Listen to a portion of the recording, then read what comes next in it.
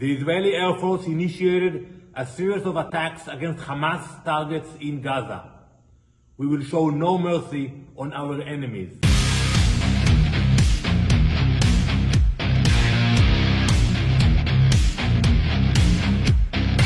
Israel আবার গাজাতে bombing শুরু করছে এবং 1.5 দিনের বম্বিংয়ে প্রায় 400 লোক মারা গেছে, 400 প্যালেস্টাইনিয়ান মারা গেছে এবং তাদের মধ্যে টপ লিডারশিপের লোকজন আছে। প্যালেস্টাইনের ডিফ্যাক্টো প্রধানমন্ত্রীর দায়িত্ব যে উনি পালন করতেছিলেন উনি থেকে শুরু করে টপ সিকিউরিটি অফিসার থেকে শুরু করে টপ লোকজন। সো আমরা তো একটা জিনিস ক্লিয়ারলি দেখতেছি, এই ইসরায়েল ইরানের ঠোকাঠুকি, ইসরায়েল হামাসের ঠোকাঠুকিতে গত যে 1 বছর ধরে যেটা চলতেছে, যে ইসরায়েল ক্লিয়ারলি চোখে আঙুল দিয়ে দেখাই দিতেছে ইরানের এবং বেসিক্যালি ইসরায়েলের যে প্রতিপক্ষ তাদের সক্ষমতা ইফ ইউ উইল বলে কয়ে টপ লিডারশিপ যা আছে সকল কিছুকে টেক আউট করতেছে। সো সেটা ক্লিয়ারলি দেখাচ্ছে যে ইসরায়েলের সক্ষমতা এবং তাদের দুর্বলতা। সারা বছর গল্প শুনলাম যে ইসরায়েলকে এইভাবে ধসাই দিচ্ছে ইরান, ওইভাবে ধসাই দিচ্ছে ইরান, হইতেছে কি পারমাণবিক বোমা পরীক্ষা করে ফেলছে, কিভাবে করছে, ওখানে ভূমিকম্প হয়েছে, এগুলোর যত গুজব মিথ্যাবাদীরা গুজব ছড়ায় সারা বছর এবং সেগুলো আমরা আমাদের চ্যানেলে ডিবাঙ্ক করছি। হয়ে গেল তো প্রায় 6-7 মাস। কি অবস্থা? কই পরমাণু বোমা কোথায় তোদের মিথ্যাবাদীগুলো? এবং বয়কট করলি না তোরা? কোকটো খেয়ে নাকি ইসরায়েলের কি জানি ইকোনমি কতভাবে বয়কট করে ধসায় দিচ্ছে এবং কতভাবে ধসানো যায় থিওরিটিক্যালি স্পিকিং, কত ব্যাখ্যা যে শুনলাম এদের গুজববাজ। এবং এদের কিছু যাক গোবর অডিয়েন্সের জন্য আবার কিছু গোবর বিশ্লেষক আছে, মোটামুটি গোবররা মিলে অত্যন্ত স্বপ্নের রাজ্যে বিচরণ করে আর কি। আর বাস্তবতা হচ্ছে যে খুঁজে পাওয়া যাচ্ছে না। তো এখন আবার কি হইলো যে অবস্থা, রাইট? নিশ্চয়ই শূন্যের মধ্যে কোনো ঘটনা ঘটে নাই, একটা ব্যাকগ্রাউন্ড তো আছে, সেই ব্যাকগ্রাউন্ড তো আপনারা শুনবেন না, আপনাদের গুজববাজরা বলবে না। তো আসলে আমরা সেই ব্যাকগ্রাউন্ডটাও জানি যে কী কারণে হঠাৎ করে আবার এইভাবে করে নৃশংস হামলা শুরু করলো ইসরায়েল। সেটার কারণ হচ্ছে যে যুদ্ধবিরতি হয়েছে, যে শান্তি চুক্তি হয়েছে বা যুদ্ধবিরতি হয়েছে, যে সেটা অনুযায়ী সিজফায়ার ডিল অনুযায়ী সেকেন্ড ফেজে হচ্ছে হামাসের কথা ছিল বন্দি হইতেছে যে ইসরায়েলি যাদেরকে 7 অক্টোবর ধরে নিয়ে গেছে সেখান থেকে বন্দি মুক্তি দেয়া, সেটা হামাস মুক্তি দিচ্ছে না এবং মুক্তি দিতেছে না দেখেই ইসরায়েল এই হামলা চালাইছে। If they want to stop the war in Gaza, they have to ensure that the hostages are coming back to Israel. Next প্রশ্ন হচ্ছে হামাস কেন মুক্তি দিচ্ছে না, কেন তারা চুক্তি মানতেছে না? এটার কারণ হচ্ছে আসলে হামাস চুক্তি মানতেছে না তা না, আসলে ইসরায়েল চুক্তি মানতেছে না। কারণ সেই যে চুক্তি ছিল যে হামাস আরো বন্দি ছাড়বে, সেই চুক্তির মধ্যে শর্ত ছিল এই শর্তে যে সেকেন্ড ফেজে ইসরায়েল হইতেছে তাদের গ্রাউন্ড ট্রুপ যারা আছে গাজাতে সেগুলো উইথড্র করে নিয়ে যাবে এবং তারপর বন্দি রিলিজ করবে হচ্ছে হামাস। কিন্তু ইসরায়েল তাদের গ্রাউন্ড ট্রুপ উইথড্র করতে চাচ্ছে না এবং তারা চাচ্ছে না দেখেই হামাস হইতেছে বন্দি মুক্তি করতে চাচ্ছে না এবং তারপর ইসরায়েলের এই হামলা। তাহলে এখন আপনি বলতে পারেন তাহলে তো ঠিকই আছে, তাহলে হামাসের দোষ কোথায়? এখানে তো ইসরায়েলের দোষ, তারা আসলে অরিজিনালি চুক্তি ভঙ্গ করতেছে। হ্যাঁ ট্রু, তারা আসলে চুক্তি ভঙ্গ করতেছে, এটা কি আপনার কাছ থেকে আমাদেরকে জানতে হবে নাকি?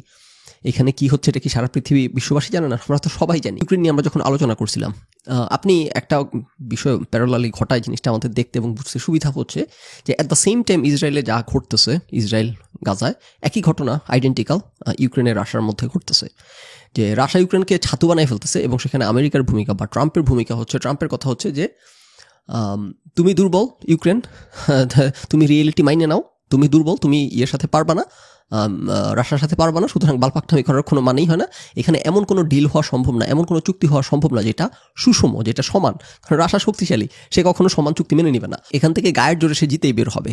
নাও এর মধ্যে কতটুকু কি ব্যালেন্স করা যায় সেটা বাস্তবতার নিরিখে আমরা ফিগার আউট করার চেষ্টা করি যে বাস্তবতার নিরিখে এখানে কতটুকু কি করা যায়। তুমি যদি বালপাকনামি করো যে তোমার পাছায় নাই কাপড়, পরনে নাই কাপড়, পেটে নাই ভাত, কিন্তু তুমি হইতেছে সমান সমান আমি থাকতে চাই, কেন? আমি ন্যায় নীতির আমি ন্যায় নীতির আলাপ তুলবো।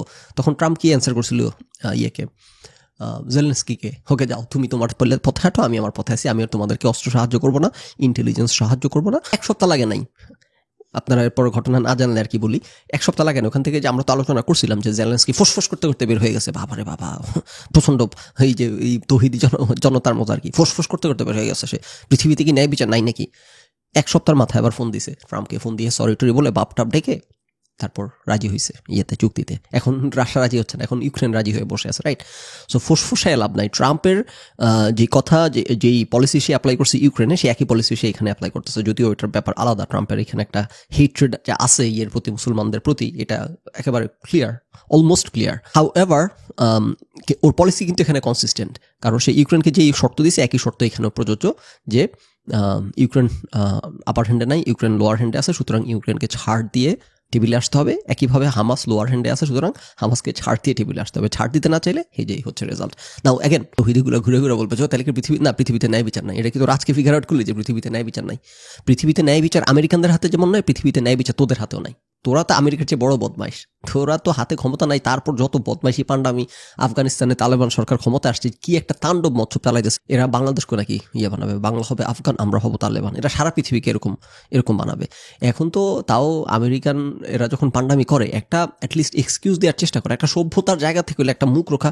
এই যাদেরকে বের করে দিচ্ছে, তাদেরকে বের করে দেওয়ার জন্য, মানে গ্রিন কার্ড হোল্ডার তাদেরকে বের করে দেওয়ার জন্য 50টা সভ্য কারণ দেখাইতে হইতেছে আমেরিকান সরকারকে, যে এই পলিসি অনুযায়ী, এই কারণ অনুযায়ী তাদেরকে ডিপোর্ট করা যায়। এবং অলরেডি যে ওই ছেলেটা কলাম্বিয়া ইউনিভার্সিটি যাকে বের করার উদ্যোগ নিছে, সে অলরেডি মামলা করা শুরু করছে কোর্টে, এবং সে জিতে বের হয়ে আসবে, এটা মোটামুটি ধরে রাখতে পারেন। আমেরিকানদের মধ্যেই ব্যাপক প্রতিবাদ শুরু হয়েছে, এবং কোর্টে গেলে এটা কোর্টে এসে জিতে আসবে, কারণ তার বিরুদ্ধে অভিযোগ আনছেই হচ্ছে যেটা আমরা আলোচনা করছি, যে সে টেরোরিস্ট সংগঠন হামাসকে সমর্থন করে হাবিজাবি, এগুলার ধোপে টিকবে না। এগুলা এইসব সভ্যদের সেখানে ফ্রিডম অফ স্পিচ আছে। সো সরকার পান্ডামি করার ট্রাই করতেছে, মানে মোটামুটি নিশ্চিত থাকাই যায় যে সে বের হয়ে চলে আসবে। এবং যারা এখানকার বিচারপতি, তারা অলরেডি ইন্টারপ্রিট করতেছে যে সরকার যে কারণ দেখাচ্ছে, এই কারণ কোর্টে গিয়ে ধোপে টিকবে না, বরং ওই যে ইউনিভার্সিটিতে ভাঙচুর করছে পোলাবান, এই সে হাবিজাবি, ওইগুলা দেখাইলে কারণ বরং ধোপে টেকার কোনো সুযোগ আছে। কারণ ওইগুলা বলা আছে যেরকম কোনো ধরনের ভ্যান্ডালিজম বা হাবিজাবি এগুলা করলে গ্রিন কার্ড রিভোক করা হইতে পারে। যে কারণ দেখাচ্ছে, এই কারণ টিকবে না সরকার। যা হোক, তো যেটা বলতে চাচ্ছি যে এইখানে অ্যাটলিস্ট তারা তাদের কে ডিপোর্ট করার জন্য হলো সভ্য কারণ দেখাচ্ছে।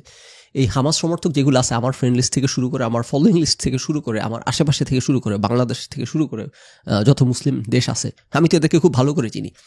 এরা যদি ক্ষমতা পায়, এরা কোনো কারণও দেখাবে না।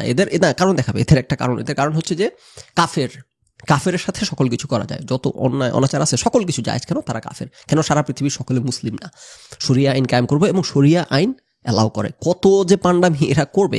সো আমার সেই পান্ডামি দেখার ইচ্ছা নাই, আমার এই পান্ডামিতে আগ্রহ নাই। তাদের যে এক্সপেকটেশন আমেরিকার কাছ থেকে, এই একই এক্সপেকটেশন তারাও পূরণ করবে না, এখনই করতেছে না। সো আমি চিনি, আমি আমেরিকাকেও চিনি, তো আমি এদেরকেও চিনি, তো সেই কারণে আমার ভেতর থেকে এদের যে দেখেন নাকি একটা ভিতরে জ্বলে পুড়ে যাচ্ছে মানবতার জন্য, ন্যায় নীতি পৃথিবী, না আমি জানি তোদের ন্যায় নীতির বিন্দুমাত্র তোদের পরোয়া নাই। সেটা এইভাবে চিন্তা করেন। মনে করেন আপনার বাসার ভেতরে একটা বাঘ এসে ঢুকে আপনি দৌড় ঝাঁপ করে বাসা থেকে বের হয়ে গেলেন, আপনার বাসা দখল নিছে বাঘ। আচ্ছা, হ্যাঁ, খুব একটা অন্যায় কাজ হয়েছে, খুবই খারাপ কাজ হয়েছে। আচ্ছা, তো এখন আপনি সেইটা ঘটছে, এরকম একটা ঘটনা ঘটছে, এখানে একটা পাওয়ার ইমব্যালেন্সের কারণে ঘটনাটা ঘটাইছে একটা বাঘ। তো এখন আপনি কি করবেন?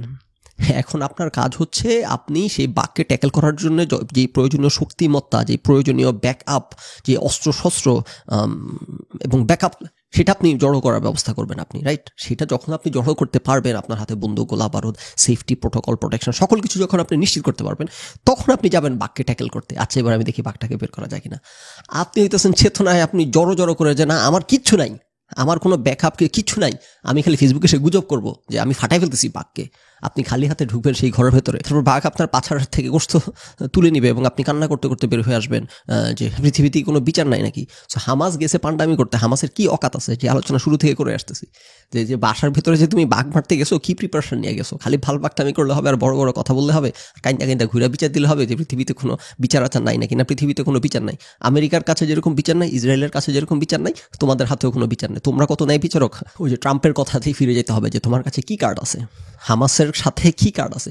ইসরায়েলের সাথে তো হাতে তো প্রচুর কার্ড, পারমাণবিক বোমা আছে, অস্ত্রশস্ত্র আছে, হাজার ফাইটার প্লেন, হাজার বোমা, টন বোমা মারতেছে, শেষ হচ্ছে না। শেষ হয়ে গেলে আবার আমেরিকা যোগান দিচ্ছে। তাদের হাতে কার্ডের পর কার্ড, ব্যাকআপের পর ব্যাকআপ। হামাসের হাতে কি আছে?